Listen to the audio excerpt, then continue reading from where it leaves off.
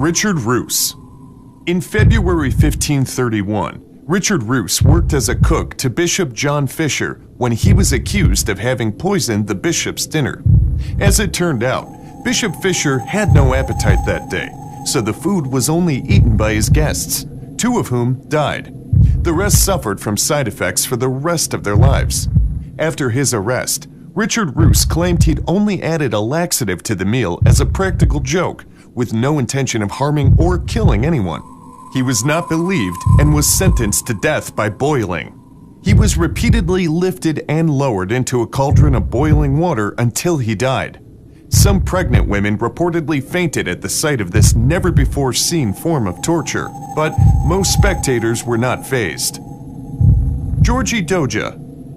Georgi Doja was a soldier who led a rebellion against the Kingdom of Hungary's nobility. Once captured, he was subjected to a truly horrifying punishment. He was forced to sit on a scorching hot iron throne, wear a burning hot iron crown, and hold a hot scepter. Some of his fellow rebels, who had been starved for some time beforehand, were brought before him. The executioners used red-hot pliers to pull flesh from his body, and the starving rebels were ordered to bite off and swallow the flesh where the pliers had burned him. Any who refused were killed. Alkaid Malik. Alkaid Malik was a Moroccan governor under Emperor Moulay Ismail in the early 18th century. In addition to being charged as one of the chief rebels in a rebellion incited by one of the emperor's sons, the empress was angry over his beheading of one of her cousins. The emperor sought out a carpenter to administer his idea of a just punishment, sawing Alkaid Malik in half. He was taken by mule to a public square where thousands of his relatives and members of his tribe were gathered. To their horror, Alkaid Malik was strapped onto a board and placed upon a saw bench, his arms and legs fastened. The executioners started to saw him from the head down, but the empress's sons demanded they begin from the groin and move upwards, or he would die too quickly. As Malik screamed in terror, they began to saw from the other side. Once they reached his navel, they pulled out the saw in order to begin again from his head. Malik, still conscious, begged for water, but his friends did not want to extend his suffering. The executioners continued to saw him from the skull down until he split in 2. Peter Stump. Known as the Werewolf of Bedburg, Peter Stump was accused of and confessed to, under torture, being a werewolf, serial killer, cannibal, and practitioner of black magic.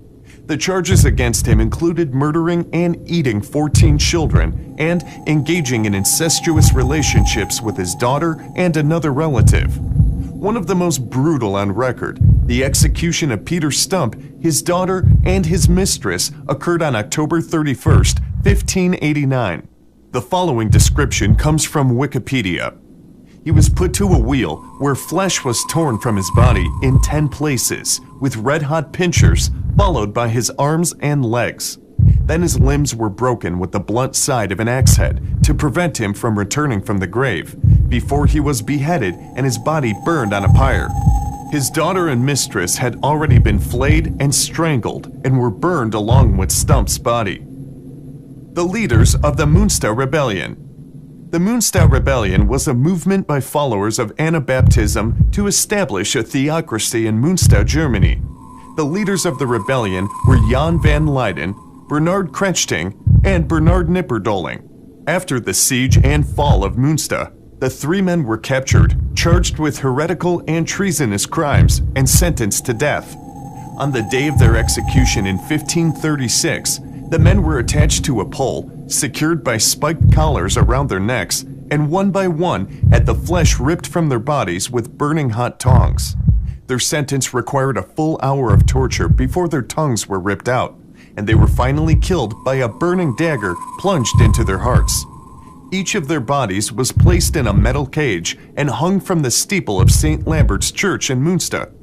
Their remains were displayed there for decades before finally being removed. The cages still hang there today.